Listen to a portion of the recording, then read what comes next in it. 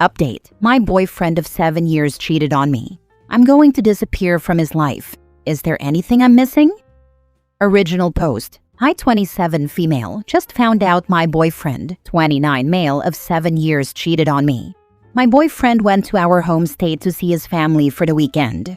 He's been going quite often this year, about once a month, saying it's because his grandparents are old and miss him. I thought nothing of it until this morning. I got a screenshot from a mutual friend of ours showing my boyfriend's location on Snapchat. He was at his parents' house, but a girl's bitmoji was there as well. It wasn't his sister or mom, and his parents, who weirdly also have Snapchat, weren't home either. He didn't tell me he was going to be with anyone else today. I tried to call him, but he did not pick up. I looked on Snapchat, and his location was turned off. The mutual friend says my boyfriend has told everyone at home that we had broken up 4 months ago. He said my boyfriend was making him stay quiet about it because he was trying to find the right time to tell me. As far as his parents know, he's moving home once our lease is up. The reason our mutual friend told me was because he walked in on my boyfriend and the girl hooking up this morning. I texted an old friend who lives in my hometown, and she immediately asked why my boyfriend was on Tinder. We caught up, and she sent me proof, his photos on Tinder and his bio. It hurt to see that photos I took of him were used. He had even covered my face in a photo we took together and wrote, "This could be you." I had no idea his family thought we were broken up and that he was looking for other people to date. We even went to Italy a month ago celebrating our 7-year anniversary. I'm so confused, and I don't know what to do. I look around, and everything in our apartment seems like a lie. The soon-to-be ex texted me just now and said he's on his flight back. He'll be back in about 5 hours. Obviously, he can find his own way to the apartment from the airport. I'm shocked and numb, but my best friend is with me helping me pack up all my clothes. I'm leaving, and I'm not leaving a trace of myself behind. Our dog is coming with me, and I'll be staying at my best friend's place for now. My soon-to-be ex and I already have separate bank accounts, and our joint account doesn't have much in it right now. I make more than he does, so he can keep it. I can't go to the leasing office because it's closed on Sundays, but I sent an email asking for early termination on the lease. We're registered as domestic partners, so I've completed the termination form and will drive it up to the LA County office tomorrow. He's on my health insurance, and I've sent the email to HR to kick him off ASAP. We have several large photo albums together, and I'm not sure what to do with those. Keeping them would be too difficult, but I don't want him to have the satisfaction of having our photos. It's clear he uses our memories in a horrible way. Is there anything I'm missing? I can't seem to think of everything, and all my thoughts feel jumbled. Nothing makes sense, but I know I can't stay. Any help to ghost a person this close to my heart would be appreciated. Now for the top advice before reading the update. Fill out a change of address form and list a friend's address for your mail. It's often overlooked. Additionally, if your shared pet is chipped, have the data on it updated and other pet-based records modified to suit the new circumstances. Remove him from your airline miles plan, if necessary. Focus on self-care, block him on all platforms, and remember that good people exist. He's just not one of them. P.S. Take pictures or video of the apartment before you leave, so he can't damage it and claim that you did it. Also remove him from streaming services and consider how to handle any utilities you pay for. Call your agent and make sure he is no longer listed as a driver on your car insurance, and change your mailing address. Do you have a toll road transponder? Is he listed as an emergency contact for anything? Someone mentioned registering your dog in your name. Do this. Also, remove him as a contact at the vet or boarding facility. Regarding the photo albums, put them in a box and revisit that in 6 months. There may be photos of friends or family you want to keep. OP, I'm so sorry this happened, but I'm so proud of you for being strong, loving yourself, and knowing your worth. Give it time and you'll be grateful you had the self-respect to do what was best for you. You have great taste in friends. Good luck, and let us know how it goes. If you happen to have any uncooked meat in the fridge, preferably shrimp or seafood, you might want to put it under the seat of the couch, behind the fridge, or in a curtain rod. Schedule an STD check. Cancel any utilities in your name. Take the Wi-Fi router with you, just for fun. I took all the spices when I left, not because I could readily use them, but because screw that guy. Didn't even leave salt and pepper. Put a cotton ball with your perfume inside some of the heat vents. So every time he is warm and comfortable, he also has to think of you. Now for the update. Thank you everyone for all the solid advice. I'm compiling everything I did in this first section, so if others need a way to cut contact with a person, they can reference this. As mentioned in the comments, I logged myself out of our Apple TV and Xbox. I canceled the Wi-Fi that I paid for and returned the modem to the carrier. I removed my payment information for utilities from our account. I packed up all my sauces, spices, and cooking oils and made sure to only leave dried rosemary behind. He hates that stuff.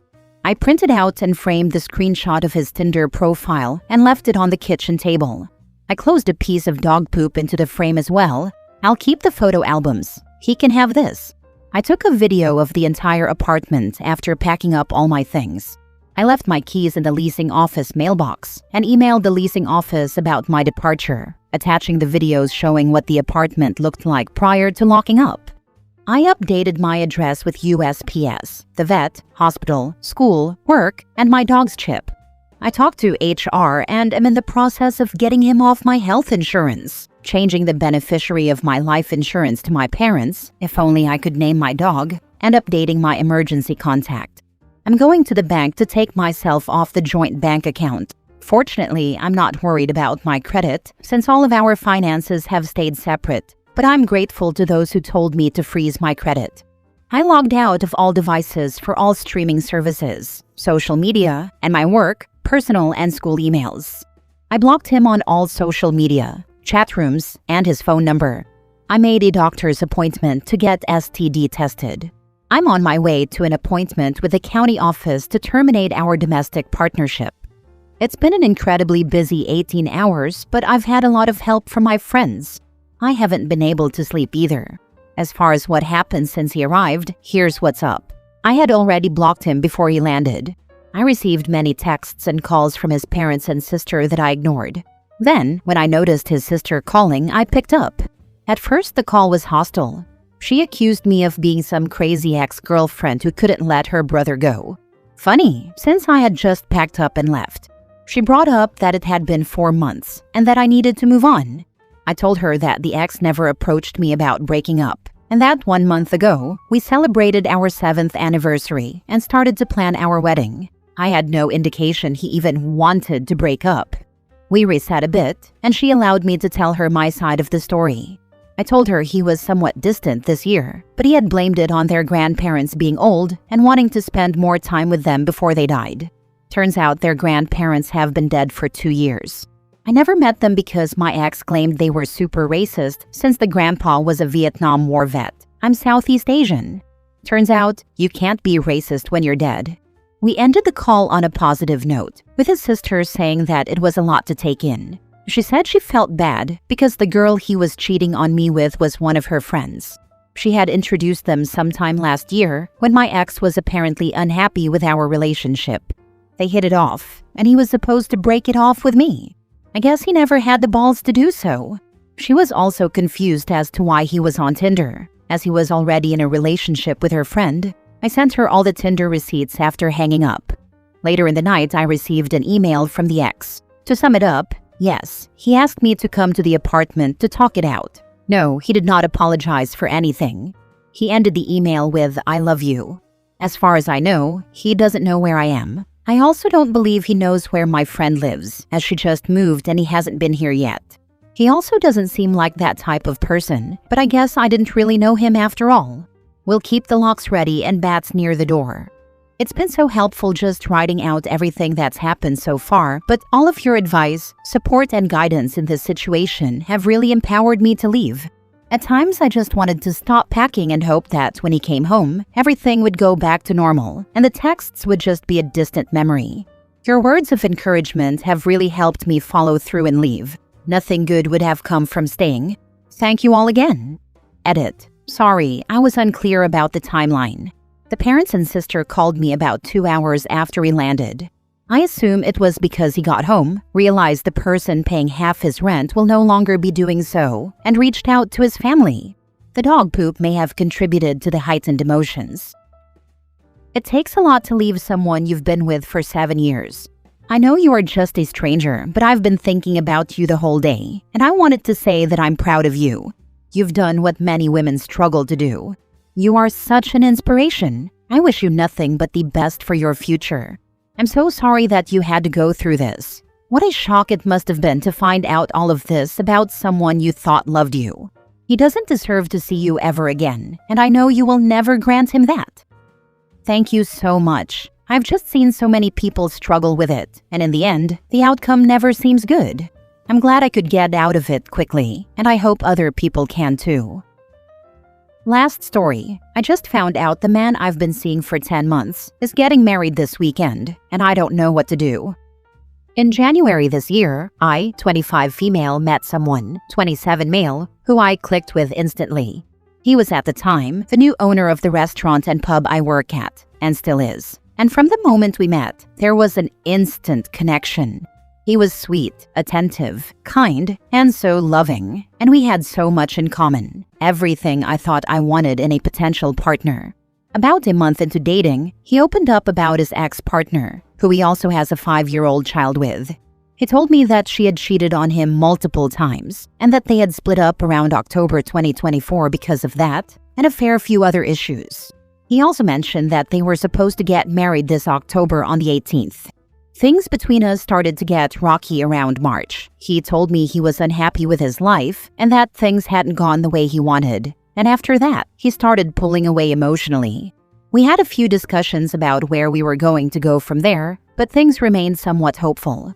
Sometimes he'd cancel dates or change our plans, but his reasoning was always his son. So I had no choice but to be understanding. And of course, I wanted to be. Even though he left me alone in a hotel room for 3 hours on my birthday. It was so hard to even see him in general because he was so busy. Throughout March, April, and the majority of May, he'd come back and tell me he missed me, pull me close again, only to then pull away. It was like an emotional roller coaster with him 24/7, and I never knew where I stood or what he really wanted out of us. By late August or early September, I started to really question where I stood with him. It had been 9 months by this point, and he still hadn't asked me to be his girlfriend. In fact, he explicitly said we weren't together once or twice, without me even bringing it up. When I asked why, he told me he wasn't ready, that things were complicated because of his son, and that if his ex found out about me, she'd stop him from seeing his son. Eventually, I couldn't handle the confusion or emotional back and forth anymore, so we decided to call things off, but with the mutual understanding that we'd both work on our own issues, such as him going to therapy over his anxieties, and we would reconnect in the future and come back healthier. Fast forward to now. Last week on Wednesday, the 8th of October, I started having this gut feeling. Something about the supposed wedding date just didn't sit right with me anymore. I saw him at work with some friends for a drink that evening, and out of the blue, he mentioned booking off the weekend of the 18th to spend time with his son. He'd never said that before, or really ever mentioned his weekend plans unless I asked him, so I asked him directly, "Please be honest, is something going on that weekend?" He looked me dead in the eye and said no, the wedding wasn't that day, and I knew that wasn't true. We got into quite an argument over it, where he said he loved me but didn't know how he felt anymore. That he was confused, that he didn't know what to do about anything anymore, and he genuinely looked like a shell of a human that night. That same night, he drove me home and kissed me before I got out of his car, which in hindsight was wrong of me to let happen. Fast forward to yesterday, 14th October. I still couldn't shake the feeling, and I did some digging. I found her Spotify profile, where there was a newly created wedding playlist, and my heart sank. I ended up trying to find whatever I could online and on socials, and eventually found and called the venue, pretending to be a family friend sending a card. They confirmed it was them. He's getting married in 3 days, a month after we called things off. I was, and still am, absolutely crushed. I confronted him immediately over text, and he told me again that his fiancée, or whatever she is to him, is controlling and nasty and has threatened to stop him from seeing his son if this wedding doesn't go ahead. He said she's been pressuring him for months, unbeknownst to me, and that her father has cancer, so she's using that as another reason to push forward. I asked why he wouldn't go to court if things were really that bad, but he didn't have any reasonable answer other than he thinks it would be miserable for him if the only way to see his son were to go to court, and that children with single parents are miserable. He said all of his friends and family dislike her, that he feels trapped, and that she has a hold on him. On the phone, he begged me not to tell her, saying it would ruin everything and she'd stop him from seeing his son. He told me he loves me and misses me, and that he wishes things could have been different, but that he's scared and feels stuck. I loved him so much, and I really believed we had something genuine. Now I just feel disgusted, betrayed, and completely lost. I don't even know who to talk to because I've never met anybody else in a situation like this before. I don't know what to do. Do I tell her? Do I believe him when he says he's being forced into this? Or is that just another layer of lies to keep me quiet? I feel like I've lost my grip on what's real, and I am really struggling mentally. All I have done is cry for the past 24 hours. I also feel like if I do tell her and he has been cheating, court would favor her argument, and then he really would get to see his son less. And that's not his child's fault, and not something he asked for at all. Where do I even go from here? Edit. All I want to do is ask her and find out the truth. I really do. He just kept saying over and over again that his son is the only thing that matters to him, and that losing access to him would break his heart. It makes me feel so guilty. He is also still my boss, and I feel like I'll lose my job instantly if I go against him. And I'm aware that sounds selfish, but I can't currently afford to lose my job too. Girl, don't be naive. He's been lying to you this whole time. She was never the ex. She was always the current fiancé. You were the side chick. You need to find a new job and then cut this BOS out of your life forever. Also, one parent can't just say, hey, my ex is dating someone new so they can no longer see our child. And judges don't revoke custody because the parent was cheating. They don't even revoke custody in cases of physical or sexual abuse. They're not cutting this guy off from seeing his kid because he was screwing around on his fiancée.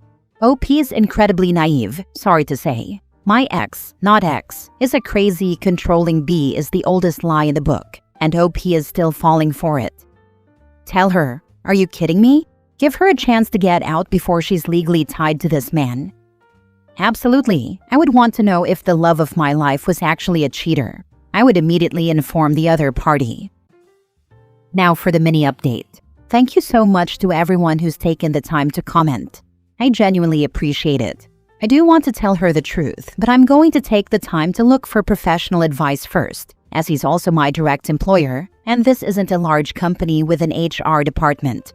I'm also looking for a new job ASAP.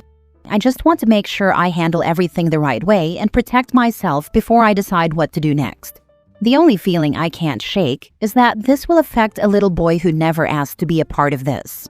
I also want to add that I was completely blindsided by this and did not know that he was still engaged. He told me it was called off and that they were completely over.